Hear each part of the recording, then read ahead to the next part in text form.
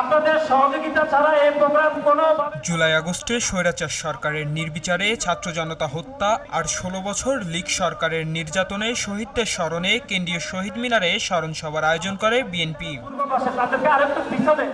শহীদদের স্মরণ সভার শুরুতে ১ মিনিট নীরবতা পালন করা হয়। সভা সঞ্চালনা করেন বিএনপির প্রচার সম্পাদক সুলতান সালাহউদ্দিন টুকু। দুপুরের পর থেকেই নেতাকর্মীও হাজির হন বৈরী আবহাওয়া মাথায় নিয়ে। এতে বৃষ্টি উপেক্ষা করে হাজির হন শহীদদের পরিবার ও আহতদের স্বজনরা। ঢাকা মেডিকেল হসপিটালে চিকিৎসাধীন অবস্থায় ছিল, এখন কথা বলতে পারে না, দাঁড়িয়ে থাকতে পারে না। আপনাদের সকলের কাছে দোয়া চেয়েছে এবং ওর যে এই ২ চোখ কেড়ে নিয়েছে যে ফ্যাসিবাদী সরকার, তার বিচারও চাচ্ছে। হবিগঞ্জের রিপনচন্দ্র সিং সে ছাত্র দল করত, সে গেছিল তারেক জিয়ার মিছিলে, তারে নিয়ে পুনি আসানার মারছে। আমার সংসারের জন্য আমি উপযুক্ত বিচার আপনার কাছে চাই। আমার সংসার কোনো কিছু নাই, শুধু ছেলে গুলি গাইয়া অসুস্থ আছে, উনি আসিনার বিচার আমরা চাই। পুলিশের হাতে ধরছে, এমনকি তার পাও পর্যন্ত ধরছে। আমাকে এবারের মতো ক্ষমা করেন, কিন্তু তারা ক্ষমা করে নাই।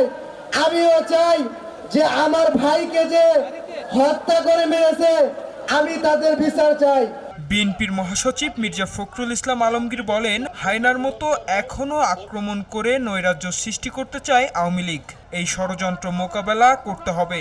চতুর্দিকে নাগিনীরা ছড়াইছে নিঃশ্বাস, সেই তাদের চক্রান্ত তারা বিভিন্নভাবে ছড়াচ্ছে এবং আমাদেরকে বিভক্ত করবার চেষ্টা করছে। আজকে আমাদের যেটা প্রয়োজন সবচেয়ে বেশি, তা হচ্ছে আমাদেরকে পার্টির ঐক্য, যে ঐক্য নিয়ে আমরা দীর্ঘ 16 বছর লড়াই করেছি, সেই ঐক্যকে অটুট রাখা এবং কোনো মতেই তাদের চক্রান্তে পা না দেওয়া। এ সময় সমাবেশে আরও বক্তব্য রাখেন আন্দালিব রহমান পার্থ, অ্যানি চৌধুরী, নুরুল হক নূর, জুনায়েদ সাকি সহ দলটির বিভিন্ন পর্যায়ের নেতাকর্মী। এই সমাবেশে পথনাটক, আবৃত্তি ও কবিতা পাঠের আয়োজনও ছিল চোখে পড়ার মতো। পরিবারের উপর নেমে এসেছে শোকের কালো ছায়া। এলো মুক্ত চিন্তার স্বাধীন দৈনিক খবরের কাগজ। এখন খবর হবে নিখাত, নির্ভীক, নিরপেক্ষ।